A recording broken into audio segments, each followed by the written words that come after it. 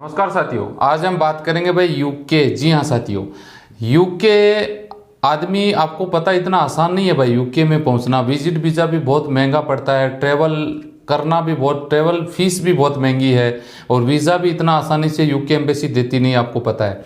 लेकिन पता है आपको यूके में सबसे ज़्यादा स्टूडेंट पढ़ने के लिए क्यों जाते हैं? जी हाँ, इसके रीज़न है, एक रीज़न मेन है। यूके सरकार ने बता दूं एक ऑप्शन दे रखा था इंडियन लोगों के, इंडियन बच्चों के लिए एक सहूलियत के तौर पे कि भाई आपको आईलेट्स की ज़रूरत नहीं है। आईलेट्स मतलब 6 साढ़े 6 बैंड वाला सिस्टम है, वो उसकी ज़रूरत नहीं है। आप सिर्फ अपने ओरिजिनल डॉक्यूमेंट के बिहाफ पे यूके में पढ़ने के लिए जा सकते हो। जी हाँ, तो भाई एजेंटों को अगर आपको पता, इस बात का पता लग जाए कि भाई ऐसे ऐसे सिस्टम है, तो क्या वो छोड़ देंगे? बिल्कुल नहीं छोड़ेंगे। वो तो मौके का फ़ायदा उठा के बढ़िया लोगों को काट के 1 साल के अंदर, 6 महीने के अंदर करोड़ों कमा के बढ़िया बंगला, बढ़िया गाड़ी और ऐसा आराम करते हैं। जी हाँ, और कुछ लोग तो इतना पैसा कमा लेते हैं कि विदेश ही चले जाते हैं। यहाँ रहना ही नहीं, इंडिया में क्या काम है भाई? पैसे हैं, करोड़ों की प्रॉपर्टी अकाउंट में, वहाँ ट्रांसफर कर दिए, यहाँ क्या करना है? यहाँ तो मुफ्त में लगेंगे ना लास्ट में, तो फिर जेल काटना पड़ेगा। देखिए हुआ क्या, ट्रेवल एजेंटों ने इतना भयंकर फर्जीवाड़ा किया कि यूके एम्बेसी को पता लग गया। जी हाँ, और यूके एम्बेसी ने सख्ताई कर दी इंडियन स्टूडेंट के ऊपर। अब वही बात है भाई, मारवाड़ी में कुआवता, अब इंडियन लोग समझे नहीं समझे मुझे नहीं पता, मोट के साथ घुन पिसा जाता है। यानी सही आदमी के, गलत आदमी के साथ सही आदमी अब यहाँ पे पिसा जाएगा। इसका मतलब जो अच्छे स्टूडेंट थे, जो अपनी योग्यता के आधार पे यूके जाके पढ़ना चाह रहे थे, उन लोगों में फर्जी लड़के चले गए। और बता दूं भाई, कौन यूके पढ़ने जाता है? इंडिया में क्या पढ़ाई नहीं थी? और कंट्रियों में नहीं होती क्या? लेकिन पढ़ाई तो एक बहाना है वहां जाके जॉब करना। सच्चाई की बात यह है, 80% स्टूडेंट यही करते हैं। 20% स्टूडेंट ऐसे होते हैं जो रियल में जाके आगे अपना करियर बनाते हैं पढ़ाई के माध्यम से, बाकी कोई मतलब नहीं होता है। जी हाँ, मैटर बता दूं इतना भयंकर हुआ कि जैसे एजेंटों को इस बात का पता लगता है, तो बता दूं सैकड़ों स्टूडेंटों को पंजाब से यूके भेज दिया गया। और भेजा कैसे, डिटेल से बताएंगे। वीडियो अच्छा लगे लाइक शेयर करें, चैनल सब्सक्राइब करके बेल आइकन ऑन कर लें, फेसबुक पेज वाले पेज को फॉलो करके रखें, ताकि हर रोज आपको यूरोप कंट्री से रिलेटेड नई नई अपडेट मिलती रहे। भाई एजेंटों ने एक सिस्टम क्या बनाया कि बहुत सारे लड़के ऐसे होते हैं, बता दूं 80% लड़के, आपको पता है भाई सपने किसके नहीं होते, सब ये चाहते हैं हम विदेश जाके पढ़ें, लेकिन मनी इज प्रॉब्लम, मनी नहीं है। यूके में जाने के लिए स्टूडेंट के अकाउंट में 28 दिन पुराना लेन देन होना चाहिए, 28 दिन तक का, तब उसका वो स्टेटमेंट साथ में लगता है। फिर यूके एम्बेसी वीज़ा देती है, स्टूडेंट वीज़ा की मैं बात कर रहा हूँ।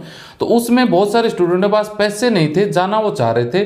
उन्होंने एजेंटों से, जो एजेंट बाहर भेजने का काम करते हैं, उनसे कांटेक्ट किया। उन्होंने बोल दिया जी ठीक है, ये तो हमारे बाएं हाथ का खेल है। उन्होंने किसी फाइनेंसर के पास भेज दिया कि ये आपका काम करवा देगा, वो उनसे मिल लिए। उन्होंने क्या किया कि बैंकों के जो आरडी एफडी होती है, किस तरह से क्या कोई सेटिंग करी, उन्होंने फर्जी लोन के पेपर बनवा लिए। आपको पता है कि भाई ये बैंक लोन दे रही है, इस लोन से ये बंदा वहां जाके पढ़ाई करेगा यूके में, सीधा सीधा फंडा ये है।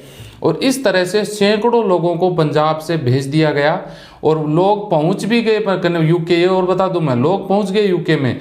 फिर यूके एम्बेसी को पता लगा, वहां पे कुछ इस तरह से कुछ सामने डॉक्यूमेंट चेक किए तो पता लगा। उन्होंने उन बैंकों को मेल किया जिन बैंकों के सबसे ज़्यादा एक ही बैंकों के लोन आ रहे थे, जैसे पंजाब नेशनल, XYZ कोई भी बैंक हो, उन बैंकों में ईमेल कर दिया। ईमेल आते बैंक की हाथ को पता है, हाथ खड़े हो जाते हैं भैया, सरकारी सिस्टम होता है, सरकारी आदमी सबसे ज़्यादा डरता है, इस बात का हमेशा ध्यान रखना। अब उन्होंने फिर पता लगाया तो पता चला कि ये एजेंट और उन्होंने मिलकर फर्जी बैंकों के डॉक्यूमेंट लोन के साथ अपॉइंटमेंट कर दिए और उसी पे आधार पे उन्होंने वीज़ा ले लिया। जी हाँ, तो एम्बेसी ने कदम, आपको पता है सही के गलत के साथ सही लोग पीछे जाते हैं। एम्बेसी ने सख्त कदम उठाते हुए तुरंत प्रभाव से सिस्टम क्लोज कर दिया। वहां पे यूके में भी सरकार को इस बात का पता लगा कि इस तरह से लोग आ रहे हैं इंडिया से। उन्होंने उन जो काफ़ी सारे वहाँ पे कॉलेजेस थी, उनके लाइसेंस कैंसिल कर दिए। जी हाँ, वो लाइसेंस कैंसिल कर दिए। यहाँ से उसी ऑफिस कॉलेज में जाना था, काफ़ी सारे लड़कों को वापस आना पड़ा इंडिया में। जी हाँ साथियों, ये तरह की स्थिति हो गई। और यूके एम्बेसी अभी उन्होंने एक नियम कर दिया, आईलेट्स में 6 बैंड होंगे तभी आपको वीज़ा लगेगा।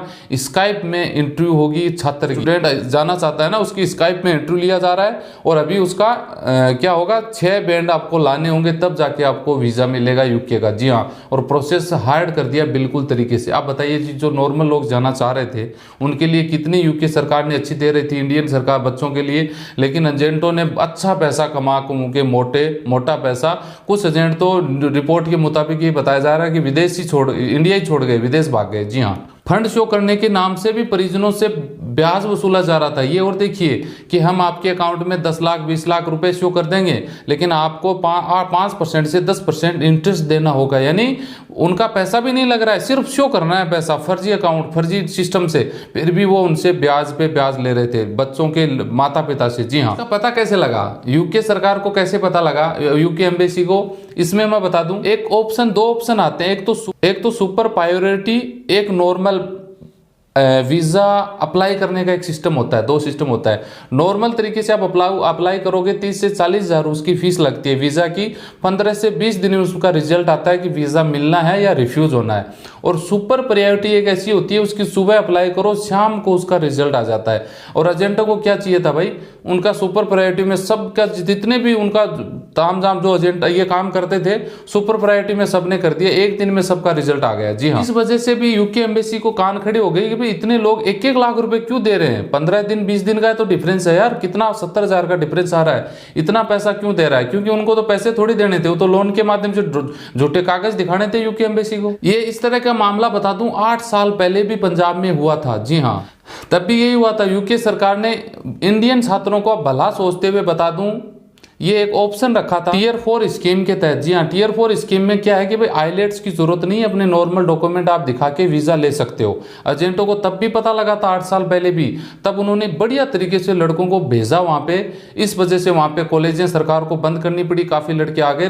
बता दूं, एजेंटों ने इतना पैसा कमाया कि यूके में खुद की कॉलेज खोल ली, 4x4 यानी 4-4 कमरों का कॉलेज लेके वहां पे बैठ गए। जी हाँ, ये स्थिति हो गई थी। फिर सरकार को पता लगा तो इस सिस्टम को क्लोज करना पड़ा। यहाँ से लड़के पहुंच गए यूके में, आपको पता है ये काफी सारे लड़के चले गए कोरोना काल के दौरान की मैं बात कर रहा हूं। और आपको पता है यूके इंग्लैंड में तो भाई सबसे ज्यादा कोरोना अभी भी लॉकडाउन लगा हुआ है, तो इस वजह से उनको वहां पे जॉब नहीं मिला, तो वहां पे खाने के रहने के लाले पड़ गए। क्योंकि पैसे कहाँ थे, वो तो फर्जी तरीके से गए थे ना, लोन बैंक का दिखा के।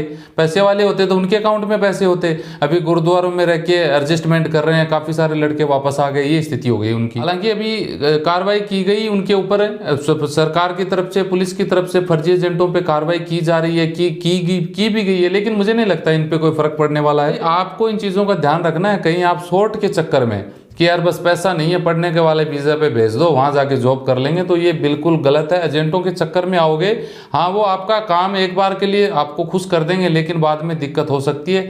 हमेशा जाओ एक नंबर पे, एक नंबर एजेंट से, ताकि आपका ये सिस्टम है ना जो मैंने पीछे बताया, इनसे आप लाइफ में बच सको। वीडियो अच्छा लगे तो लाइक शेयर करें। मिलते हैं नेक्स्ट वीडियो में अच्छी जानकारी के साथ। जय हिंद, जय भारत।